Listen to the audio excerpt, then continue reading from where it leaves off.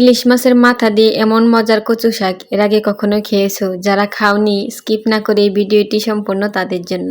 Trust me, সত্যি অনেক মজা হয়েছে। আমি আমার শাশুড়ির কাছ থেকে এই কচু শাক রান্না করা শিখেছি। তিনি অনেক মজা করে কচু শাক রান্না করে। ছোট বউ সিনেমার যে শ্বশুর মশাই ইলিশ মাছের মাথা দিয়ে কচু শাক খায়, ঠিক সেই কচু শাকটা আমি আজকে রান্না করে দেখাবো।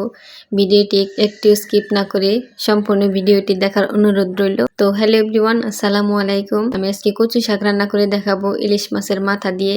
ইলিশ মাছের মাথা দিয়ে কচু শাক খেতে কিন্তু অনেক ভালো লাগে। কথা বলতে বলতে আমার পেঁয়াজ কাঁচামরিচ ভাজা হয়ে গেছে, সেই সাথে আমি আদা রসুন বাটাটাও দিয়ে দিয়েছি, লবণ দিয়েছি, দিয়ে দিলাম একটু শুকনা মরিচের গুঁড়া, এখন দিয়ে দিলাম একটু ধনিয়া গুঁড়া, পরিমাণ মতো হলুদ গুঁড়া দিয়ে আমি ভালোভাবে মশলাটাকে কষিয়ে নেব। এখানে মনে রাখতে হবে মশলাটাকে কষানোর জন্য মোটেও পানি দেওয়া যাবে না। কচু শাকে একটুও পানি দিতে হয় না। এ পর্যায়ে আমি আগে থেকে সেদ্ধ করে রাখা কচু শাকগুলো এখানে দিয়ে দিব। আমি ভালো করে সেদ্ধ করে পানি ঝরিয়ে নিয়েছি। এখানে টিপস হলো অবশ্যই ভালোভাবে পানি ঝরিয়ে নিতে হবে। পানি ঝরিয়ে না নিলে কিন্তু গলা চুলকাবে বা গলায় লেগে যাবে। তো ভালোভাবে পানি ঝরিয়ে আমি এখানে ভালোভাবে নেড়ে দেব। এখন অনবরত নাড়াচাড়া করে মিশিয়ে নিতে হবে, তা না হলে কিন্তু তলানিতে লেগে যাবে। এখন ভালোভাবে মিশিয়ে দেব। এটা একদম বন্য কচু ছিল, কিভাবে রান্না করলে গলা লাগবে না বা গলায় চুলকাবে না সেই সম্পূর্ণ ভিডিওটাই আমি তোমাদের দেখাবো এবং টিপস অ্যান্ড ট্রিক সবই তোমাদের দেব। তো এই পর্যায়ে দেখলাম একটু লেগে যাচ্ছিল, তো আমি একটু তেল দিয়ে দিলাম। তো এখন আমি একটা লেবু চিপড়ে এখানে দিয়ে দেব। অবশ্যই লেবুটা দেওয়ার ট্রাই করবে। লেবু দিলে গলায় যে লেগে যাওয়ার ভয়টা এটা কিন্তু আর থাকবে না। আমি ভালোভাবে লেবুটাকে চিপড়ে দিলাম এখানে। এখন আমি ভালোভাবে নাড়াচাড়া করে মিশিয়ে দেব। তো এই পর্যায়ে আমি কিছুটা রসুন কুচি করে রেখেছিলাম, এখন আমি রসুন কুচিগুলো দিয়ে দেব। খাওয়ার সময় যখন এই রসুনগুলো মুখে লাগবে তখন কিন্তু খেতে অনেক ভালো লাগবে। তো আমি ভালোভাবে রসুন কুচি দিয়ে নাড়াচাড়া করে মিশিয়ে নিয়েছি। অনবরত নাড়াচাড়া করতে হবে, তা না হলে তলানিতে লেগে যাবে। তো আমি ইলিশ মাছের মাথাটা কেটে রেখেছিলাম, কেটে ধুয়ে বেছে রেখেছি। তো এই পর্যায়ে আমি এসে ইলিশ মাছের মাথাগুলো ভালোভাবে দিয়ে দিলাম। এখন নাড়াচাড়া করে ভালোভাবে মিশিয়ে দেব।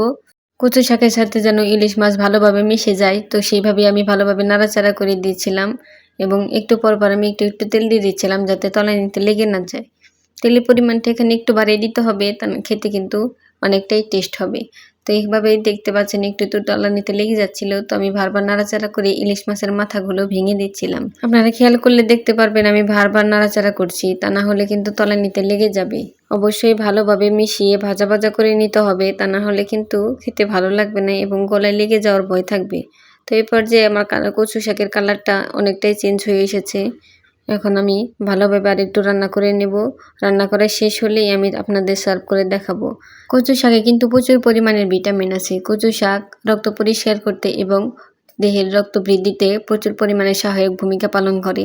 তো এই পর্যায়ে আমার কচু শাক দেখলাম প্রায় হয়ে যাচ্ছিল, তাই আমি আগে থেকে একটা সার্ভ করার জন্য প্লেট রেখে দিয়েছি। এখন আমি টেস্ট করে দেখলাম একটু লবণ কম হয়েছে, তো আমি এখন একটু লবণটা দিয়ে নিলাম।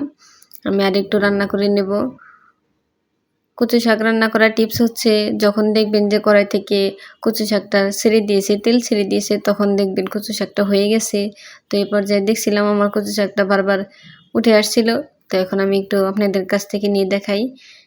দেখতেও কত সুন্দর হচ্ছে, সত্যিও খেতে অনেক মজা হয়েছে। তো এই পর্যায়ে আমার রান্না করা শেষ হয়ে গেছে, তো আমি সার্ভ করে দেখাচ্ছি। দেখতে যেমন লোভনীয় মনে হচ্ছে, সত্যি খেতে অনেক অসাধারণ হয়েছে। এক প্লেট ভাত নিমিশেই শেষ করে ফেলেছি সবাই। দেখুন আমি কাছ থেকে নিয়ে দেখাচ্ছি। আপনারা একবার হলেও এই রেসিপিটা ট্রাই করে দেখবেন। ট্রাস্ট মি, সত্যি অনেক মজা লাগবে। তো ভিডিওটি ভালো লাগলে অবশ্যই আমাকে সাপোর্ট করবেন এবং thanks for watching my video.